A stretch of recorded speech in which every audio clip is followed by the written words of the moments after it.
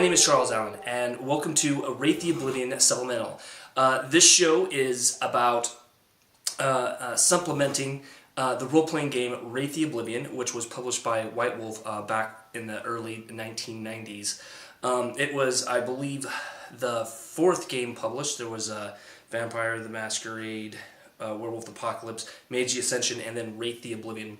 Wraith the Oblivion is about playing a wraith, a ghost, and it is one of their most challenging game systems that White Wolf created, and I think that was what kind of turned a lot of people off from the beginning and made it one of the lesser sellers. However, that being said, I also think it's probably the best game out there for role-playing and storytelling in the medium. It is more challenging. And that's why I wanted to actually create this show, because I wanted to make it more relatable and more understandable. So you want to take the chance to play this game, because it is amazing and you are missing out if you are not playing this game. So this is the first episode, and the first episode I wanted to kind of tell you a little bit more about myself, and then I also wanted to just do an overview of what Wraith the Oblivion is and what you are playing when you're playing a Wraith. Let's get into getting to know me a little bit so you understand where I'm coming from and actually why I'm doing this. I've been role-playing since 1984. I was 10 years old, and I was over at a friend's house, and they introduced me to Dungeons & Dragons. I think I first saw the books on the bookshelf, and I was curious. As a 10-year-old, I love monsters and stuff like that, and I think I saw the dragon. So I pull it out, and I'm opening the books, and I'm flipping through it, and I'm asking him all kinds of questions. What is this? And he's telling me it's a game. I'm like, whoa, this sounds cool, right? I mean, video games back then was Pac-Man, Pong, things like that. They hadn't really weren't as immersive as they are today. So back then, seeing something like that and finding out it was a game, and I was all in, right? I was excited. I went ahead and played Dungeons & Dragons. I built a thief because I had crappy stats right off the bat. I remember being disappointed about that, but Dex was my highest rating.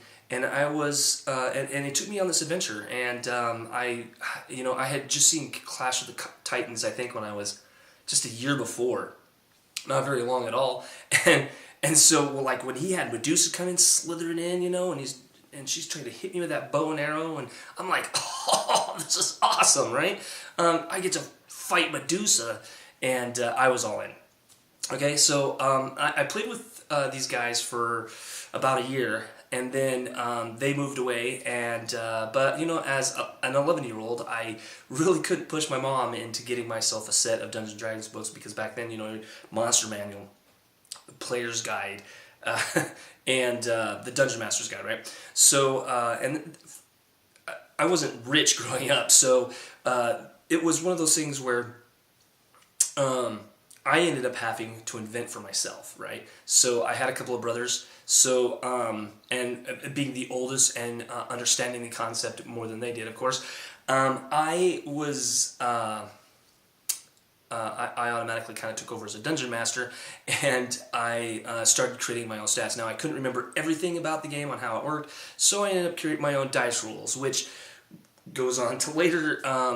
So I've been designing and creating my own games since I was really young, just never really published any of them because they were more for me and my friends, right? In fact, I actually appreciate my system more, and when I play games at home, I actually tend to use my system, except, the storyteller system, which, for back in the day, was rather interesting.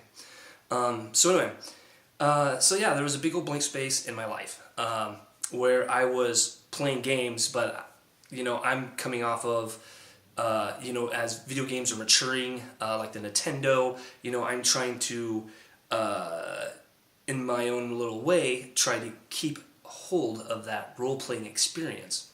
Well, eventually I get old enough, right, where I can save up some money and actually buy the books, so I go and buy the Dungeons & Dragons books, and I play some Dungeons & Dragons. My actual middle brother, Paul, he actually loves the game to death, and ended up taking over Dungeons & Dragons. He actually still plays Dungeons & Dragons today.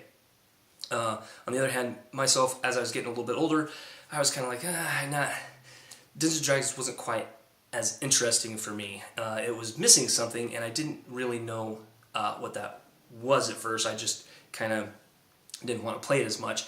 So anyway, going back to when I was in second grade, I actually started writing my own stories, and I became very obsessed about it. I love telling stories. I would go, I mean, in the very beginning, I'm just kind of writing down movies, and I'm doing little drawings in the margins, but I'm trying to tell a story by writing them down.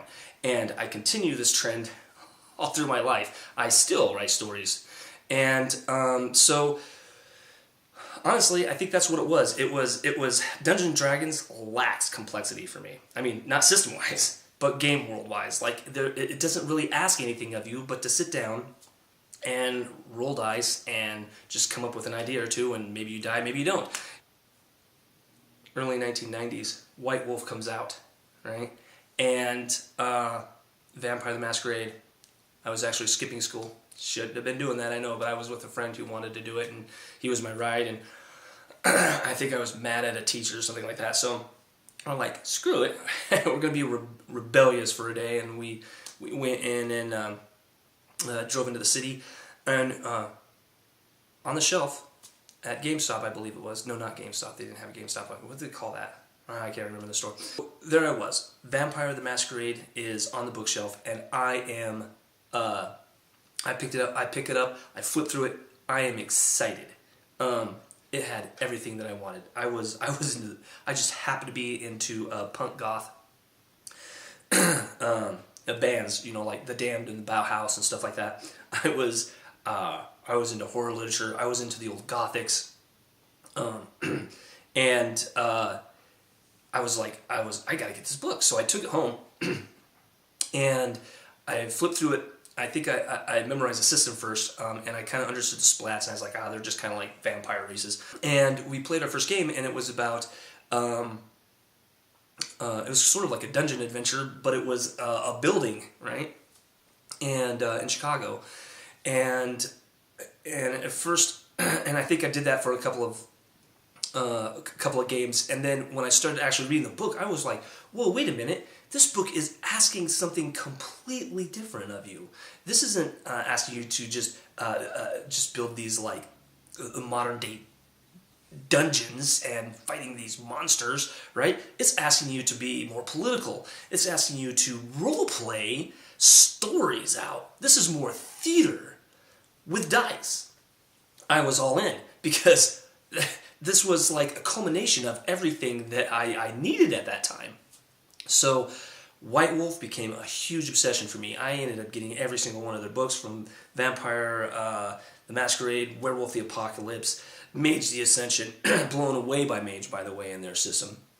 And then when Wraith came, when I saw the book, I was like, oh yeah, this is dark and disturbing, I love this. And so I got the book, and then when I was reading through it, I was really amazed by what they did with Mage. I mean, it was great. So when I got Wraith, right, I didn't know they could top Mage. I honestly didn't. So when I got the book, I opened it up, and I was blown away yet again. And it has been, ever since the beginning, my favorite game of all the White Wolf books. All right, Vampire is a close second because I love Vampire, and I told some amazing. I had some amazing chronicles, but Wraith made things totally different for me, and that's what we're going to go into in these ongoing episodes. Okay, so now let's go into what this episode is actually about. Wraith the Oblivion overview. What I want to do is I kind of want to go over what it is that makes you a Wraith, because it is asking you to do something different than a lot of other games, okay? First of all, almost every single game that I can think of is asking you to be human, okay? You still have blood, you still have flesh, you have a humanity, you have... and you go out and you fight things or whatever. But Wraith actually asks you to be a different being. You're still human, psychologically, behaviorally, you carry human emotions, but you actually become a spirit. You know, you no longer have health levels. You don't have, you know, bones and flesh and stuff like that, as mentioned. And you're working in a more metaphysical world. Okay, now, you know, vampires, still human, still in the mortal world. You know, they just have powers, and they're, you know, and they drink blood.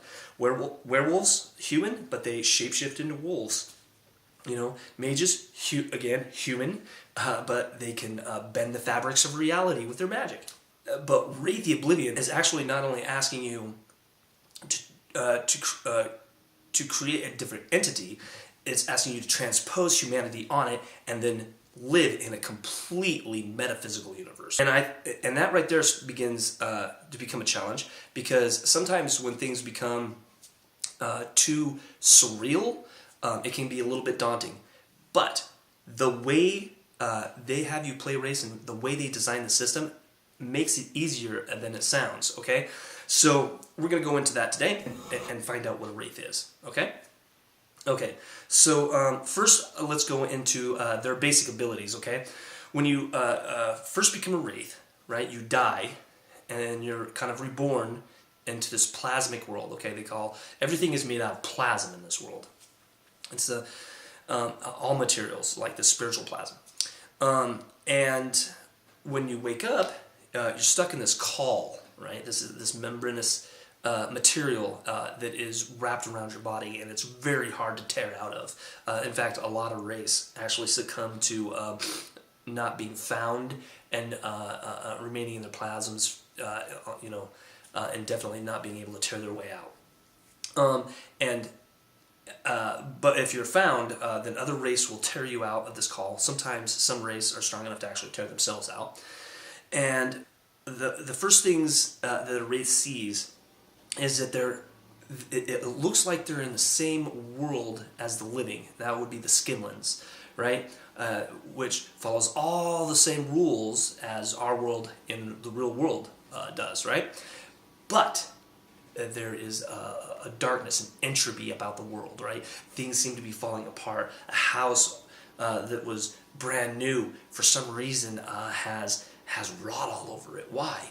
You know, there's a van down the road, and it has bullet holes in it, but you know, right before you died, there was no bullet holes. Why? Okay, this is called Death Sight. Wraiths have the ability to see the entropy in things, the falling apart, the decaying of the universe around them. So the second thing a Wraith discovers is they discover the ability of life sight.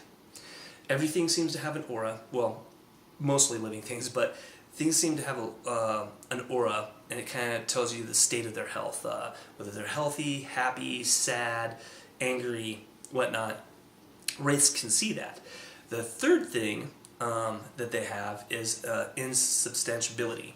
So Wraiths are insubstantial, which allows them to pass through everything in the Skinlands, okay? And so if they want to move through a wall, while they can move right through a wall. They have different phases of substantiability.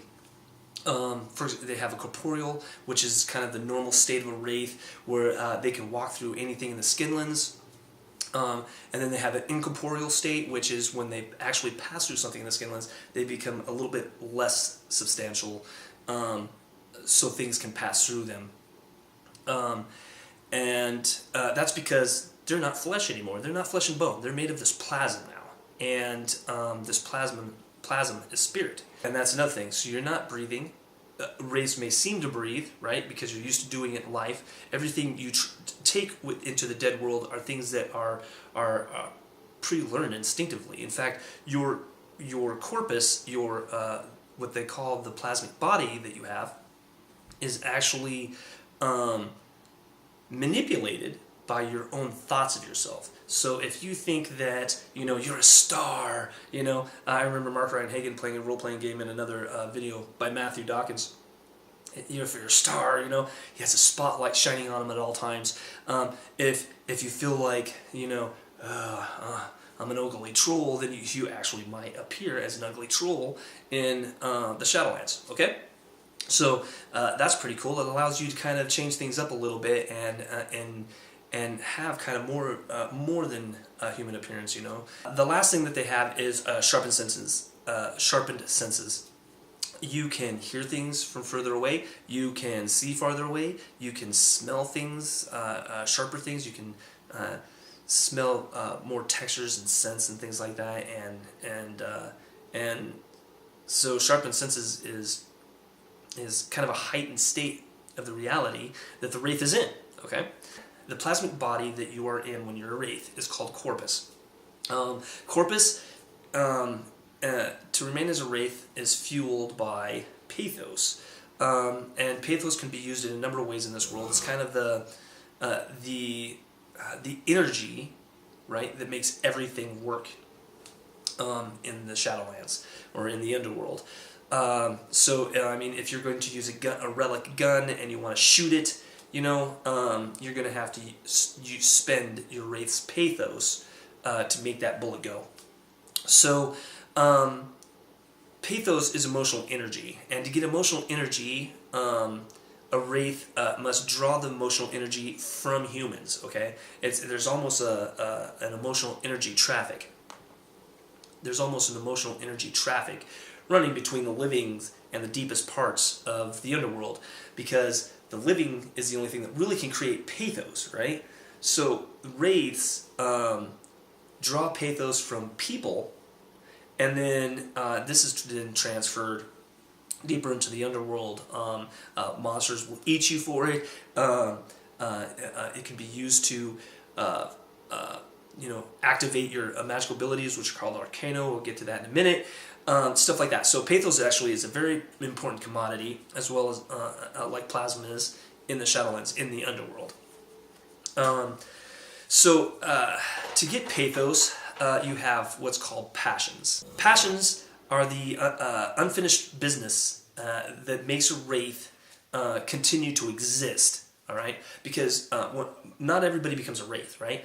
Some people transcend into a higher plane, or some Wraiths get drawn into Oblivion almost immediately after they die, okay? So to become a Wraith, there has to be a reason why you don't want to die.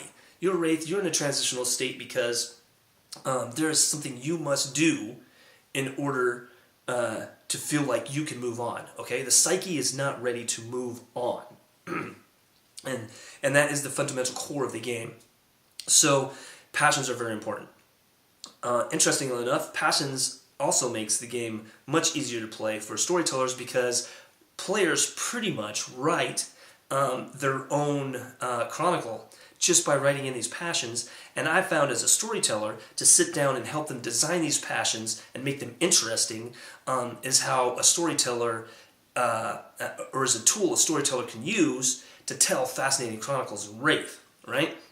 So in a lot of other games it's kind of hard. Like you can, every game kind of builds in, why these groups would get together, but in Wraith it even makes more sense because a storyteller has these passions that a Wraith has to draw on or use to get pathos, and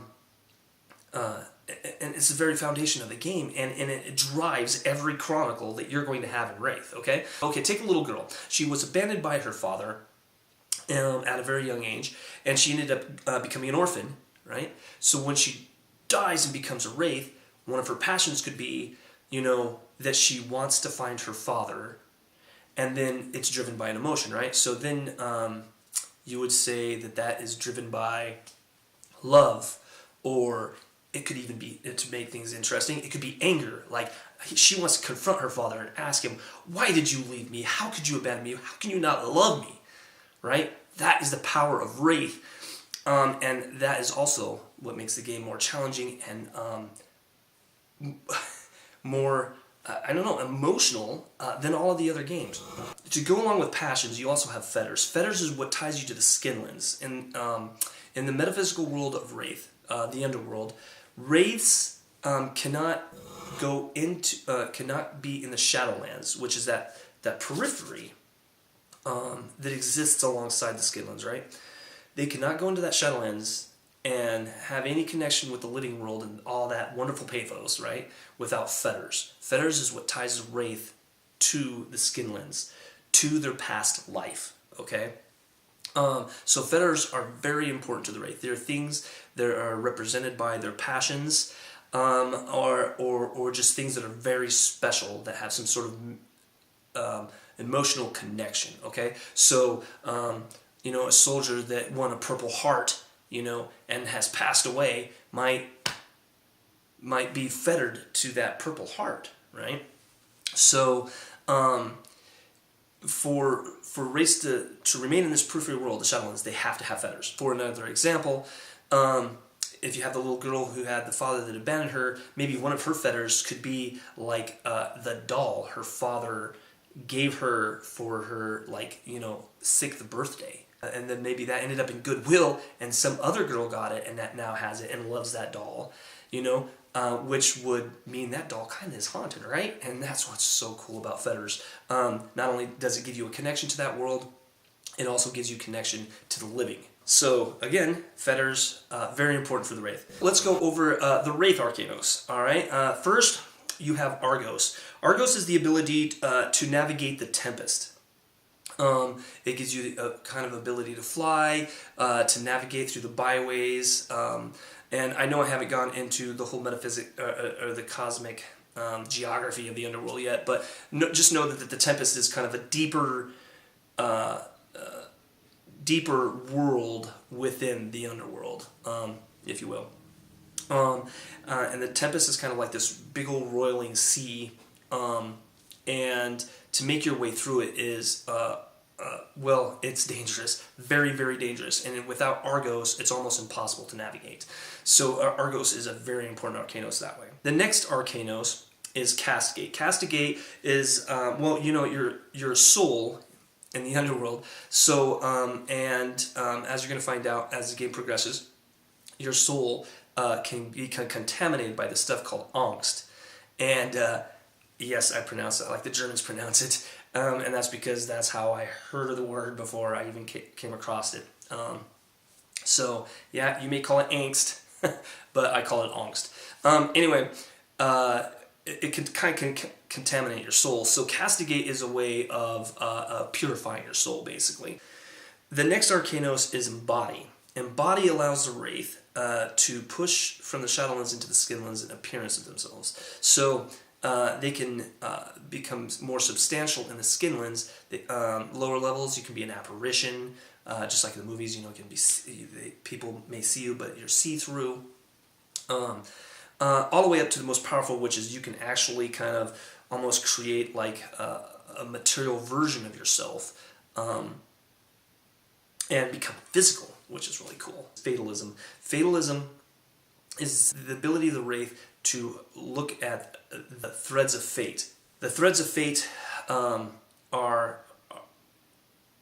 kind of tell you where people are going and where people have been, and you're able to read these metaphysical threads that are running through everybody's lives. You can tell if somebody might be in danger. You can tell if somebody is might be on the verge of fame. All these kinds of cool stuff. And so fatalism is very powerful in that regards.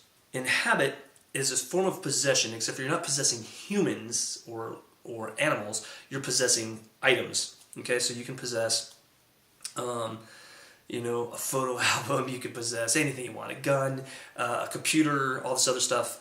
So inhabit is really cool. It's also very necessary because Wraiths have what's called artifacts, which are relics that have powers invested in them, so they can use that artifact. To be able to create those artifacts, you have to use inhabit. Keening is the Arcanos that allows you to draw emotions and kind of manipulate people's behaviors through those emotions. So you can sing a happy song and make two people, in love kind of start drawing into each other, and then all of a sudden turn that song nasty, and then all of a sudden, they're fighting each other. So keening is cool. Life Web is Arcanos that kind of deals with the connection Wraiths to their fetters. So there's another kind of thread called the Life Web, and the Life Web are all the Wraiths' threads that connect them to all their fetters, because Wraiths can kind of teleport to their fetters. When they die in Wraith, they actually go into this thing called the harrowing. And we'll get into that later, of course. But if they successfully escape the harrowing, they reappear at one of their fetters. That they do that by following these threads that connect them, to their fetters. Moliate. So again, going back to the whole Wraiths are completely different than humans, not having bone and flesh, right? Wraiths are created as plasm. So if you took my flesh and you just rent it, right, it would eventually tear, right? You would be pulling out muscle and all this other stuff, and blood would be gushing everywhere. Wraiths don't work that way, right? So if you have Moliate, you can rend, skin out, and it'll stretch and it becomes malleable, right? And so Moliate is the Arcanos to be able to mold, plasma into something else. Outrage is another one that affects the skinlets, right? So as a Wraith, of course, while the skinlets can affect you, like you have to pass through walls and stuff like that, which minimizes your corpus, by the way, you need Outrage to actually affect the skinlets. So Outrage is basically the ability to put your motions into creating effect in the skinlets. So if you want to kick a beer can that exists in the skinlands, Outrage would be the one to do it. Of course, it takes a lot more pathos to do things like that, just like in Body. All the ones that deal with the skinland, you have to invest more pathos and more energy, are more difficult for Wraiths. Pandemonium is my favorite Arcanos, and the reason is because when I was playing Dungeons & Dragons, I was never big into being an illusionist, but Pandemonium is sort of that for mortals. Wraiths can create haunting, they can get into the minds of mortals, and they can cause these illusions around the mortal that kind of are usually meant to freak mortals out. Like they can make the walls bleed. They can make a mortal think they see a little girl's head sitting there on the stairs, or something. So Pandemonium is awesome, right? It is, for me, one of the funnest Arcanos in the game. I love it. Phantasm is the Arcanos of... I know I pronounce it different ways all the time. I can never make up my mind. Arcanos, Arcanoi, Arcanos. So forgive me. I like all of the pronunciations, so I don't want to make up my mind. So anyway, Phantasm is the ability for Wraiths to actually appear into mortal dreams and manipulate those dreams. Puppetry. Puppetry is the Arcanos of actually possessing people. At lower levels, it's more about moving people, if somebody's about ready to throw a ball, you might be able to move their hand just a little bit so they're off when they throw that ball, all the way up to you can actually jump into their bodies and go for a skin ride. Okay, so you can manipulate the skinlands through, the person you possess. Usury is basically deals with more of the transference of pathos and also the ability to heal your corpus with it. Okay, so it's very important for Wraiths to use that to get it into the deeper. I keep wanting to call it the deeper Umbra because metaphysically that's what it is. But the Tempest. And all of the Far Shores, all of the Afterworld Islands, and all that stuff, which again we'll get to later. But yeah, so usury is very important for doing that. That's about it for the Arcanoi. Like I said, they're all very specific to Wraiths, and Arcanoi are kind of written out sort of like disciplines, where you got a level between 1 and 5. But in the Wraith world, there's different arts. So usury can have, they come with the core 5 arts, which is what they call at each point, each level of that Arcanos. there's also there's also others out there that you can find by exploring the Wraith world. They can come across a usury 3 art that they never knew existed before, that isn't part of the core, powers that you get. So so you're always learning in the Wraith game new things. In a future episode, I want to go over the history of the Wraith. I was going to do it in this episode, but it's already seeming like this is going to be a long enough episode the way it is. So I'm gonna hit that on a future date. But what I do want to kind of go into is I want to go into the Shadow and the Underworld a little bit more, the cosmology, the geography of the Underworld. Okay, so let's start with the Shadow. Okay, so when you die and you become a Wraith, the one thing I didn't mention at the very beginning of this episode is that you also kind of get split into two, right? You're split into the psyche, which is the more positive kind of the side of you that are want those passions that you created to come true, okay? But there's also more of a darker side of you, a self-destructive side of you that is split off. And this destructive side of you is called the Shadow, and it has dark passions. And these dark passions are like passions, except for they are created by the Shadow to lead you to self-destruction, okay? So, because it is a servant of Oblivion, okay? Whatever influence Oblivion has over this wraithly world, it is powerful. And the first thing it does to kick you in the ass is it splits these two sides of you and gives this other dark side of you power and sentience. These shadows, though, they don't get to control your body all the time, right? Your psyche is in command, in the beginning at least, right? And so the Shadow wants to, it's more of a voice in your ear. It's trying to tell you, don't do this, do that. You know, it's trying to lead you to create acts. And you're thinking like, and I know right away a lot of players are like, well, this is easy because all I have to do is ignore the Shadow and I will be fine in this game, right? Just never listen to the Shadow. However, the Shadow has powers, and it doesn't always have to be lying to you. It can be telling you the truth. It can be very manipulative, and it's in that where this game excels, right?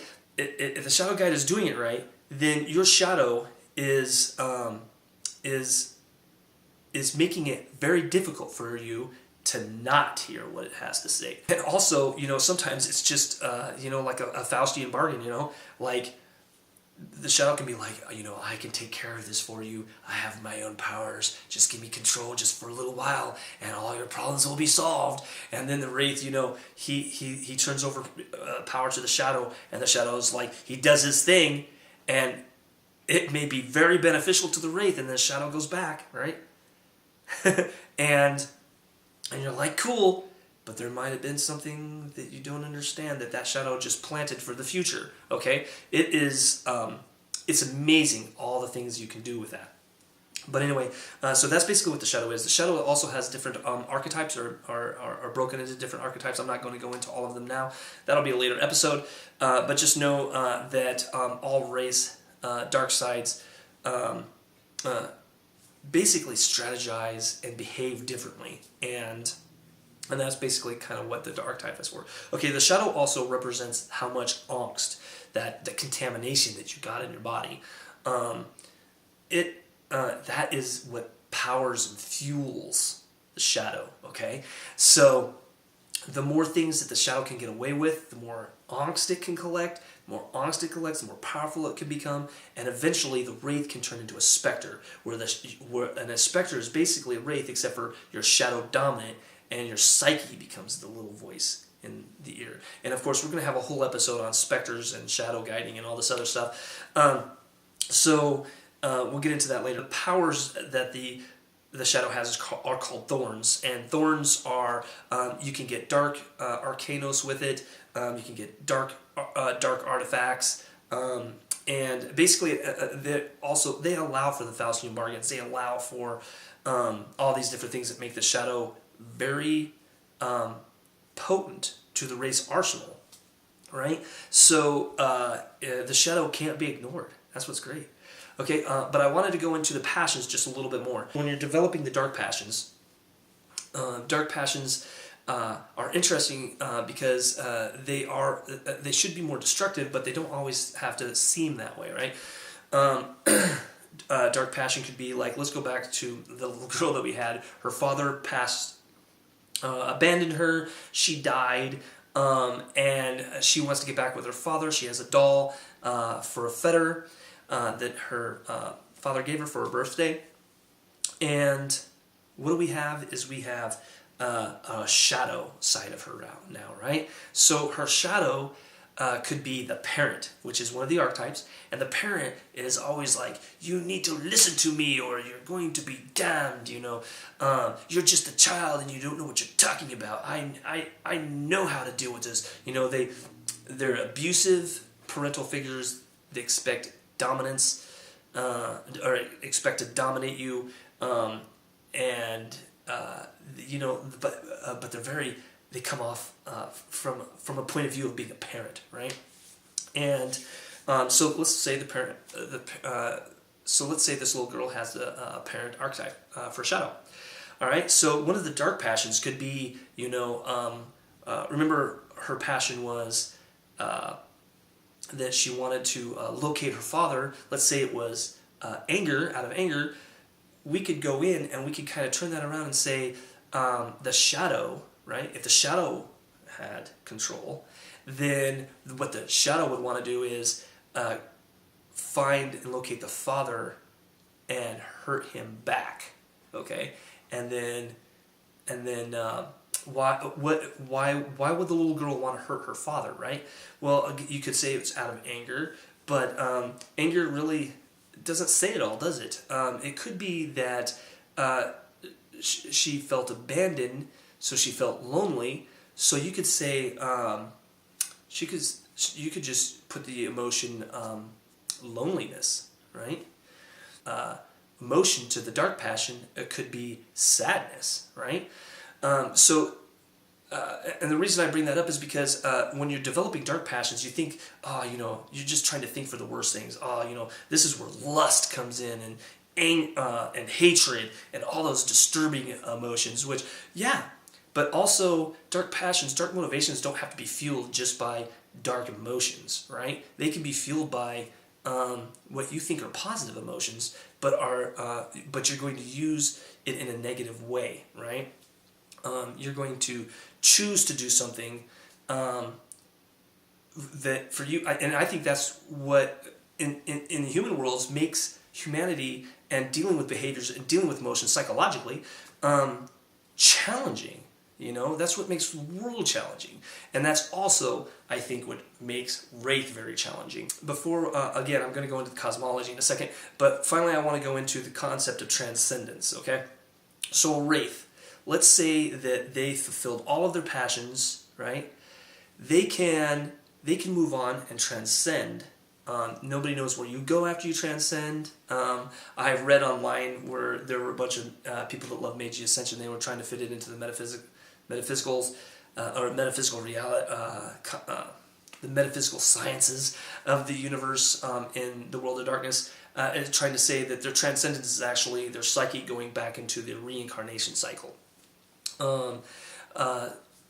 You could say that. You could say that they actually go to heaven or hell or wherever, or whatever true afterlife they're supposed to go to, okay? Because the underworld is more of a limbo, okay? There are realms within the underworld that say that they are the final stop, and maybe it is. In your game, it could be. But everything about this world, in any sense, makes it seem like it's more of an in-between place, a place where a Wraith gets stuck because they don't want to move on. And Transcendence is that concept of the Wraith allowing to move on, which actually makes Wraith, again, a very unique game because it's probably the only system that I've ever played that has a goal that all Wraith can actually accomplish. Something where they can say that I won the game. I mean, I wouldn't play Wraith that way, but think about that for a second. You can transcend, and it's not like Golconda or for vampires, which may be just a myth. Transcendence in Wraith is very real, and I think that's what makes it more of a positive game, because out of all this darkness, there is hope. Wraith actually gives you hope.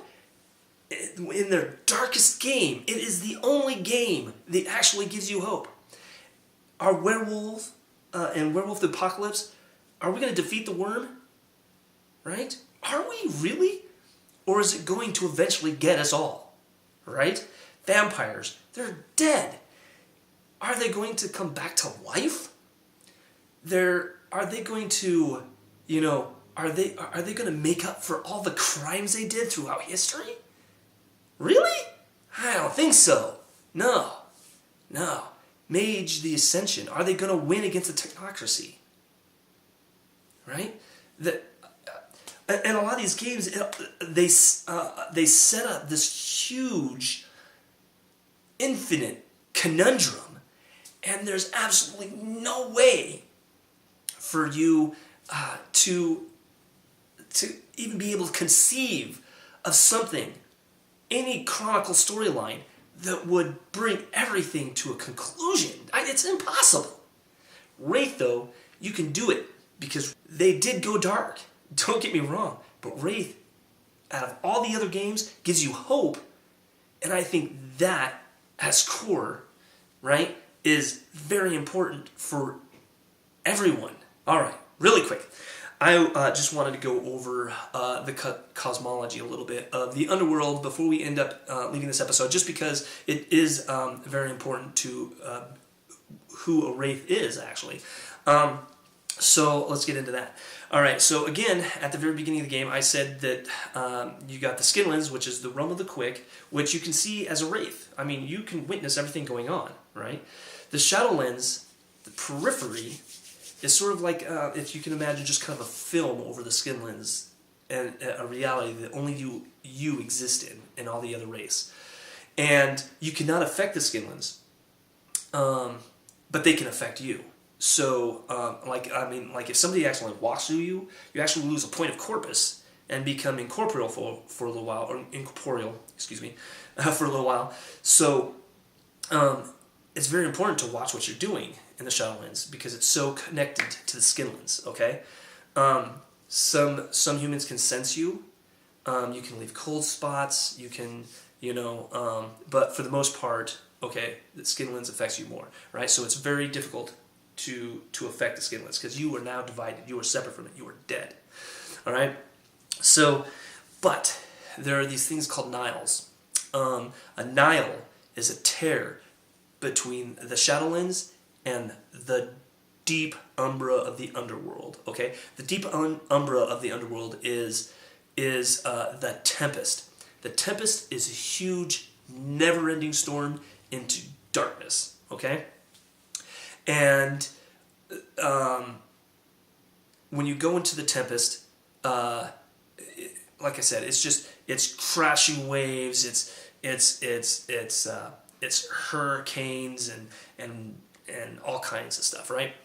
So Niles are kind of portals between these two levels of the underworld.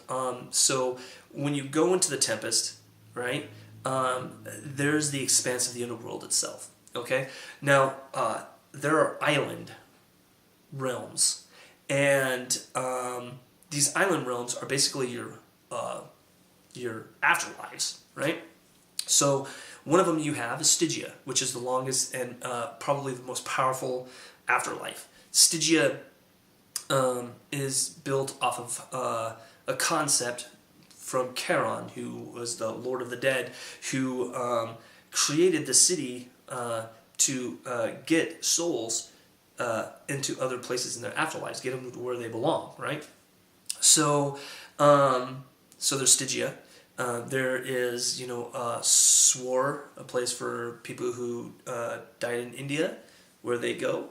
And there's And all these places are called Dark Kingdoms. Okay, and beyond the Dark Kingdoms, there's even Far Shores, which are even more underworld realms. Okay, so they're all different, and they all kind of represent the culture that they were created from. Right? Beyond under all of this, okay, there's this. If you follow this thing called the Venus Stair, it takes you to this place in the Tempest called the Labyrinth. Okay, the Labyrinth is this winding underground tunnels where the specters and all of that, all the dark creatures of Oblivion exist here. Very powerful specters and godlike beings called Malfians live here, and probably the most deadliest part of the game, because I mean, if you fall in the Tempest, you probably make it back.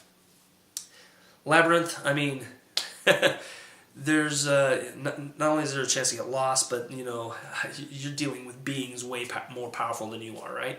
Okay, and then they say on the other side of the Labyrinth is the Oblivion itself, the Great Void, right? And that is, of course, the place you go when fail harrowing and you pass on into Oblivion. Well, thanks for joining us. That was the episode. Next week, we are going to be doing an episode on designing Wraith stories, getting more into detail about that. I just wanted to thank everybody for watching, and I hope you enjoyed it. If you did, please leave a like, comment what you thought you would like to see me do in the near future.